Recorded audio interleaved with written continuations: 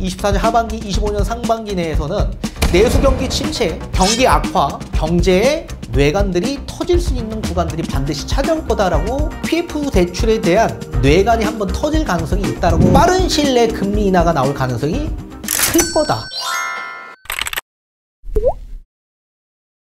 네, 안녕하세요. 반갑습니다. 이경민의 부동산 하이킥의 이경민입니다. 자, 오늘은 드디어 대망의 2023년을 마무리하고 2024년 새해를 맞이할 수 있는 마지막 날로서 오늘도 여러분들과 함께하는 시간을 가져보려고 합니다. 자, 2024년 앞으로 우리나라의 경제 시스템은 어떤 방향성을 띌 수 있을지 한국은행이 의결한 통화신용정책 운영 방향 보도자료를 보면서 한번 알아보는 시간을 가져보도록 하겠습니다. 자, 우선 말씀에 앞서 저는 2022년도부터 부동산 전망에 있어 급격한 금리 인상에 이 경제에 반영될 수 있는 시기는 2024년 하반기에서 2025년 상반기 내에 반영될 거다, 이렇게 줄고차게 말씀을 해드리고 있습니다. 자, 금리 인상이 나왔던 가장 큰 원인은 물가 상승 압박이 굉장히 컸기 때문에 그렇죠. 물가가 상승했던 가장 큰 원인은 수요 인플레가 함께 발생이 되면서 소비가 뒷받침되고 경제 성장률이 뒷받침됐기 때문에 물가 상승이 굉장히 컸던 겁니다. 자, 그런데 물가는 정점을 찍고 물가가 서서히 둔화되면서 상승폭이 떨어지고 있습니다. 자, 이 얘기는 경제 성장률도 앞으로 굉장히 낮아질 수밖에 없을 거고 또 수요의 소비도 악화되고 있다는 증거이기도 합니다. 자, 이제 내년부터 본격적으로 금리 인하가 단행될 텐데 금리 인하가 나온다라는 얘기는 양면성을 띈다라고 말씀을 해드렸습니다. 경기가 악화되기 때문에, 악화될 수 있기 때문에, 그리고 악화가 되고 있기 때문에 금리 인하가 단행이 되는 거고, 또 반대로 유동성이 다시 공급되는 시기이기 때문에 이 유동성이 다시 자산시장으로 들어갈 수 있는 구실이 만들어질 거다라고 말씀을 해드렸습니다. 자, 따라서 양면성을 보이는 모습을 띄울 거다라고 말씀을 해드리고 싶고, 이제 2024년 하반기로 넘어가면서 본격적으로 침체 현상들이 발생될 소지가 매우 클 거다라고 생각합니다. 이 PF 대출에 대한 위기가 반드시 경제의 뇌관이 될 수 있는 저는 문제라고 생각합니다.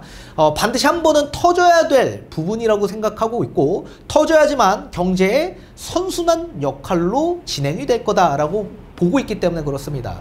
자, 그리고 이제 경제가 어려워지고 세계 경기가 굉장히 악화될 수 있는 구간들이 반드시 찾아올 텐데 우리나라만 국한된 게 아니라 세계 각국의 모든 나라들이 경제를 교육하는 나라로서 어려워지는 나라가 생긴다면 우리나라도 마찬가지 똑같이 어려워질 수밖에 없겠죠.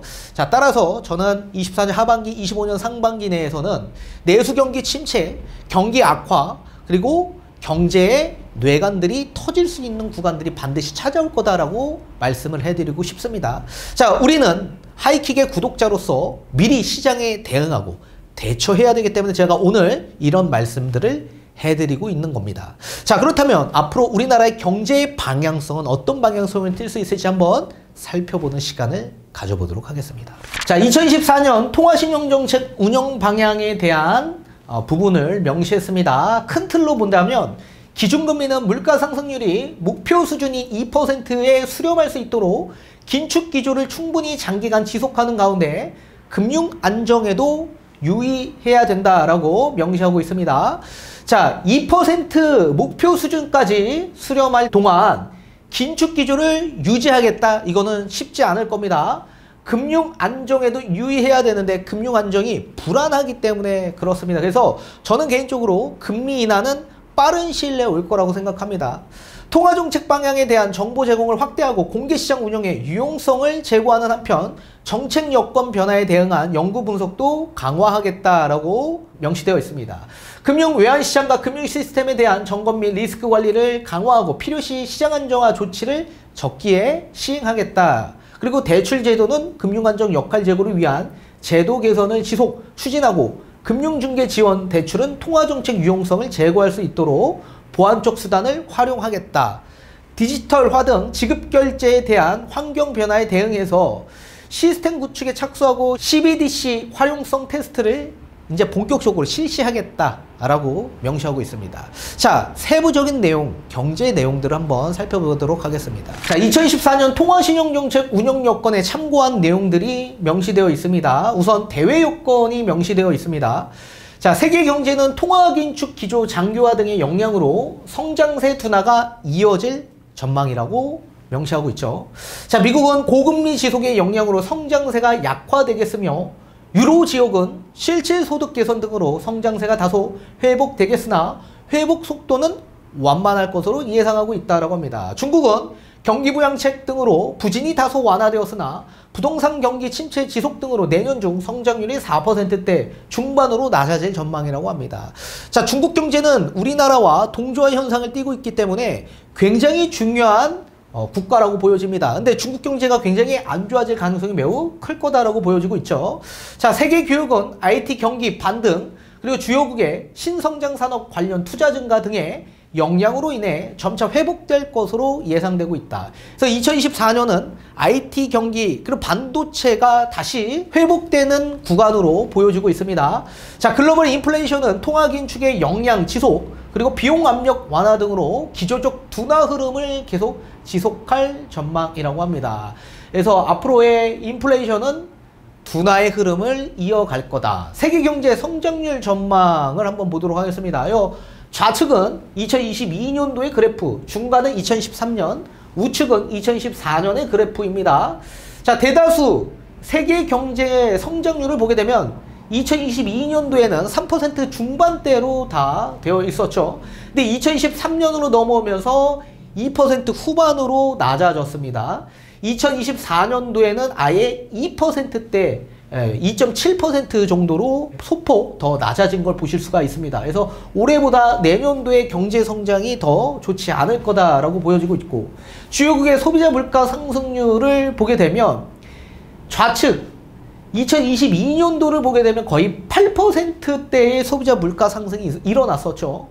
자, 그런데 2023년에는 6%, 그리고 24년에는 5.8%로 세계 경제의 소비자 물가 상승률이 둔화될 거다.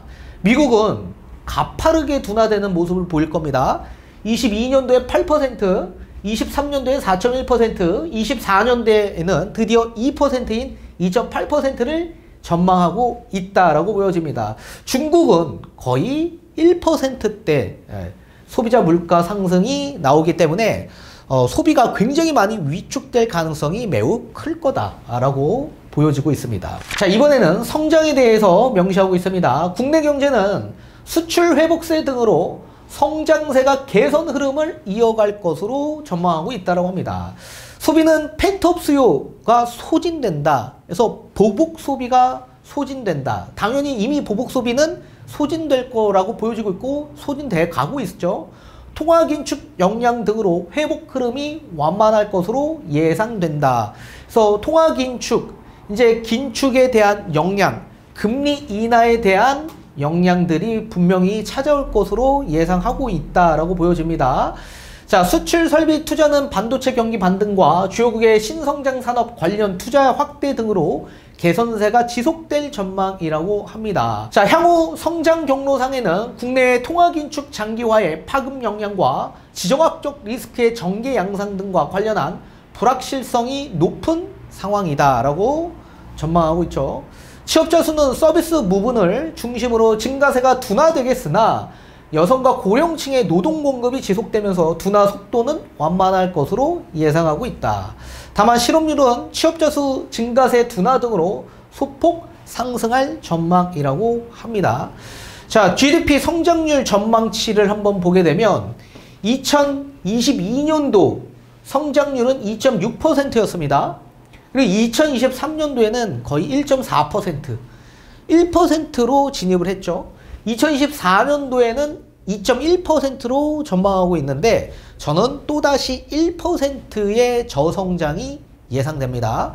23년도에도 IMF 그리고 한국은행이 전망한 전망치가 거의 2% 중반이었습니다. 근데 실제 1%가 나왔죠. 이 당시에도 저는 올해 경제 성장이 굉장히 안 좋아질 거다. 1%대일 거다라고 말씀을 해드렸고 24년도에도 2%를 전망하고 있지만 저는 1% 중반을 예상하고 있습니다. 굉장히 좋지 않을 가능성이 있다라고 판단을 합니다. 설비 투자는 올해보다 내년 24년도에 조금 더 증가가 될 거라고 보여지고 있고 또 재화 수출도 마찬가지 좀 좋아질 거라고 예상하고 있는데 민간 소비는 조금 더 낮아질 거라고 전망하고 있습니다. 고용 전망에 있어서도 2023년 상반기 실업률이 3%, 23년 하반기 2.4%에 비하면 2024년 상반기에는 3.1%, 하반기에는 2.7%로 2023년 대비 24년도에 실업률은 더 증가될 것으로 보여지고 있고 취업자 수는 요 파란색 그래프인데 줄어드는 모습을 보이고 있습니다. 그래서 고용 전망에 있어서도 좋지 않을 가능성이 있다라고 판단하고 있습니다. 자, 이번에는 물가 전망을 했습니다. 2024년 중에 소비자 물가 및 근원 물가 상승률은 각각 2%대 중반 및 2%대 초중반을 나타낼 전망이라고 합니다. 자, 국내 물가는 수요 측 물가 압력 약화 등으로 추세적 둔화 흐름이 지속되겠으나 그건 누적된 비용 인상 압력의 가격 전가 등으로 둔화 속도는 완만할 것으로 예상되고 있다. 지금 공공요금 같은 경우에는 총선 전까지는 지금 계속적으로 동결하고 있는 상황이죠. 그래서 아마 총선이 끝난 이후에 본격적으로 상승이 될 가능성이 있다라고 저는 개인적으로 판단합니다. 향후 물가 경로상에는 국제유가 움직임과 국내 경기 흐름 등과 관련한 불확실성이 높은 가운데 국내외 수요 부진 심화 등이 하방 리스크로 작용할 가능성이 있다. 자, 지금도 국제유가가 거의 배럴당 70달러 선으로 완전히 하락한 상황인데 그 이유가 뭡니까? 수요 부진이 심화되고 있기 때문에 그렇습니다. 앞으로도 그럴 가능성이 있다라고 판단이 됩니다. 자, 비용 압력의 파급 역량 강화 등은 상방 리스크로 각각 잠재되어 있다. 그래서 우리 비용적인 부분들은 물가 상승으로 인해서 가격들이 계속 상승되고 있죠. 그런 것들로 인한 상방 리스크가 잠재되어 있다라고 판단하고 있는 겁니다. 자, 물가 전망을 보게 되면 소비자 물가와 근원 물가는 계속 둔화의 흐름을 보일 거다라고 전망하고 있고 개인 및 공공 서비스 가격에 있어서는 공공 서비스는 상승을 계속 보이고 있는 반면에 개인 서비스는 계속 가격이 떨어지고 있는 모습을 보이고 있습니다. 자, 소비자 물가 지수가 이번에 발표가 됐습니다. 12월. 자, 12월은 얼마 정도 상승했는지 한번 보도록 하겠습니다. 소비자 물가 지수 11월 달에 3.3%였습니다. 전년 동월 대비. 근데 12월 달에 소폭 둔화된 3.2%로 나왔습니다. 지표들이. 자, 식료품 및 에너지를 제외한 근원 소비자 물가도 봤을 때 11월에 2.9%였던 반면에 12월은 2.8%로 소폭 낮아졌습니다. 그리고 농산물 및 석유류를 제외한 지수도 3.2%에서 3.1%로 낮아졌고 생활 물가 지수도 3.9에서 3.7%로 낮아진 수치였습니다. 다만 신선식품 지수를 봤을 때 13.7%에서 14.5%로 상승했다라고 보셔야 되는데 그 가운데서도 농축수산물이 7.2%에서 12월 7.7%로 상승한 수치죠. 그래서 농축수산물의 가격들이 앞으로도 부담이 있는 가격으로 상승이 될 거다라고 보여집니다. 공업 제품은 오히려 반대로 좀 소폭 하락했습니다. 전기가스 수도 서비스 부분에 있어서는 동결이 나왔습니다. 금융 외환 시장을 한번 보도록 하겠습니다. 자, 금융 외환 시장에서는 대내외 위험 요인의 전개 상황에 따라 주요 가격 변수와 자금 흐름의 변동성이 수시로 확대될 가능성이 있다고 판단했습니다. 국내 경기 물가 흐름 및 이에 따른 통화정책 기대에 대한 변화가 있을 거다. 그래서 물가의 흐름이 만약에 둔화된다면 통화정책에 있어서 금리 인하에 대한 변화를 예상하고 있다. 지정학적 리스크 전개 양상 등이 변동성 확대 요인으로 작용할 소지는 있다. 근데 지금 지정학적에 여러 리스크들이 있었죠. 이스라엘 하마스의 전쟁, 이게 전쟁이 일어났을 당시에는 물가 상승 압박이 굉장히 컸었지만 지금은 시기가 많이 지난 만큼 이미 둔화의 흐름을 보이고 있다. 전쟁에 대한 여러 리스크들이 이미 다 반영되어 있는 상황이기 때문에 지금은 리스크들이 조금 줄어든 상황이라고 보셔야 될 것 같습니다. 자, 국고채 3년물에 대한 금리를 보게 되면 금리가 급격하게 상승을 했죠. 2023년 기점에서 갑자기 쭉 상승하다가 이제 11월 달을 기점에서 다시 하락하기 시작했습니다. 자, 그러면서 원달러 환율도 마찬가지 안정권인 1200선에 진입하면서 안정권에 돌입됐다라고 보셔야 됩니다. 자, 한편 외화 유동성 시장은 글로벌 통화 긴축 종료에 대한 가능성과 양호한 대외 건전성, 경상수지 개선 등으로 대체로 안정적인 흐름을 이어갈 전망이라고 합니다. 자, 외화 유동성 시장을 일단 한번 보게 되면 한국의 CDS 프리미엄, 앞으로 우리나라의 부도의 위험성을 나타내는 지표이죠.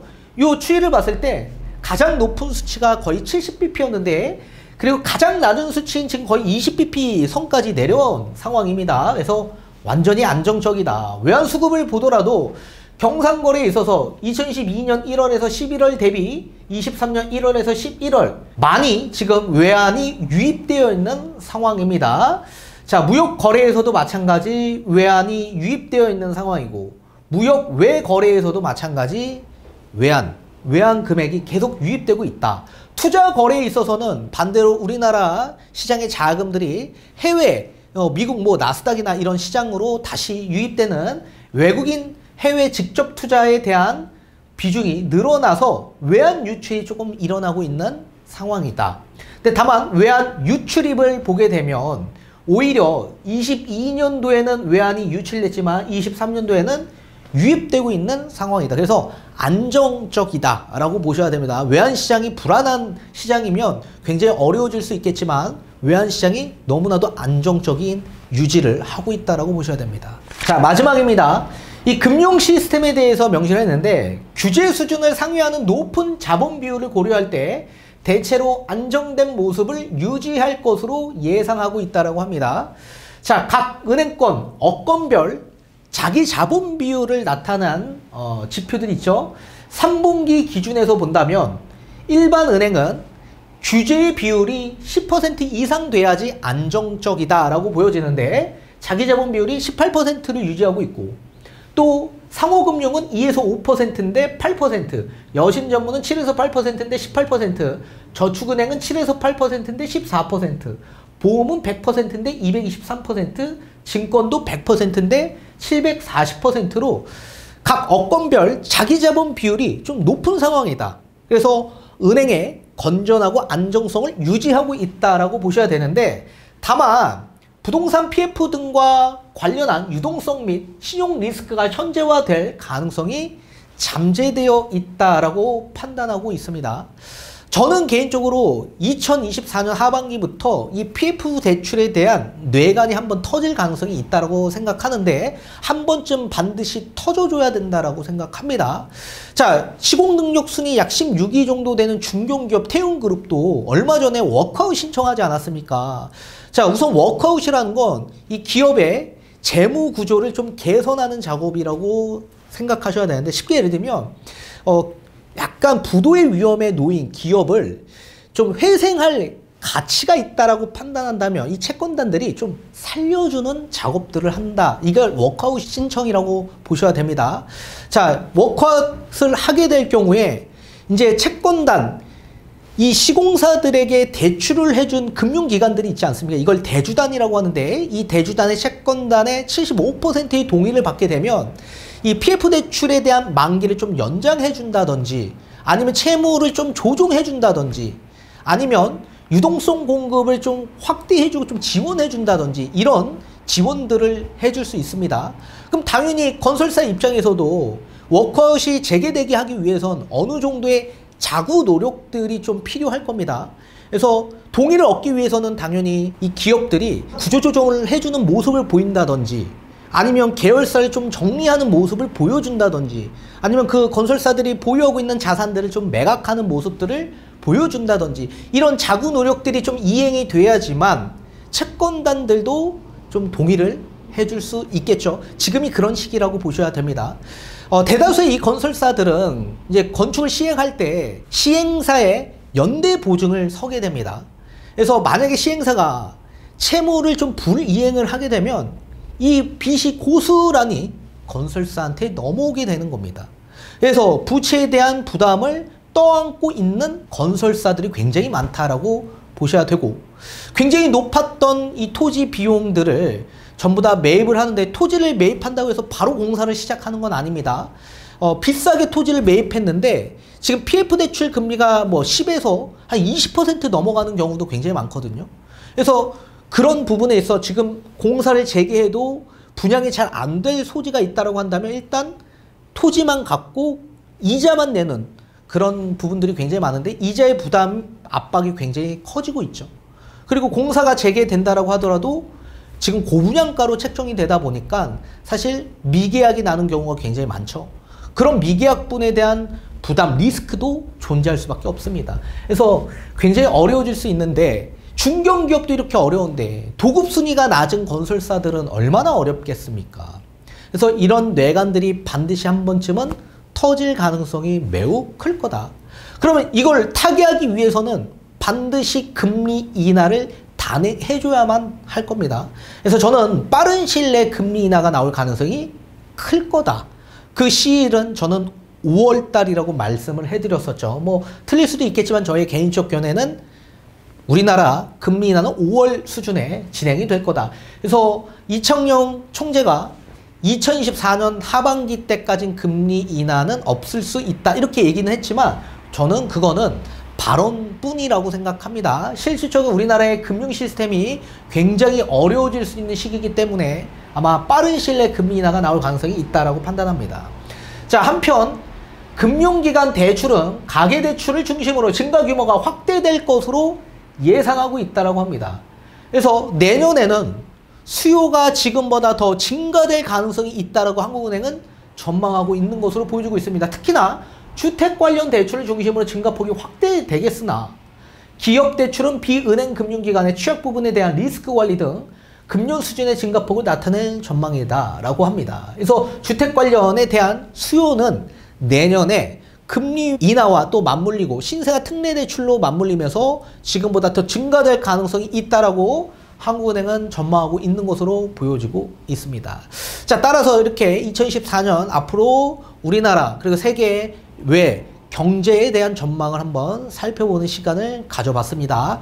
자, 오늘 23년 여러분들 잘 연휴 마무리하시고, 그리고 24년 새해에는 여러분들 항상 건강하시고 24년에는 여러분들이 원하시는 것들 전부 다 성취될 수 있는 한 해가 되셨으면 좋겠습니다. 내년에도 여러분들과 함께하는 하이킥이 되겠습니다. 언제나 항상 함께 하도록 하겠습니다. 새해 복 많이 받으세요.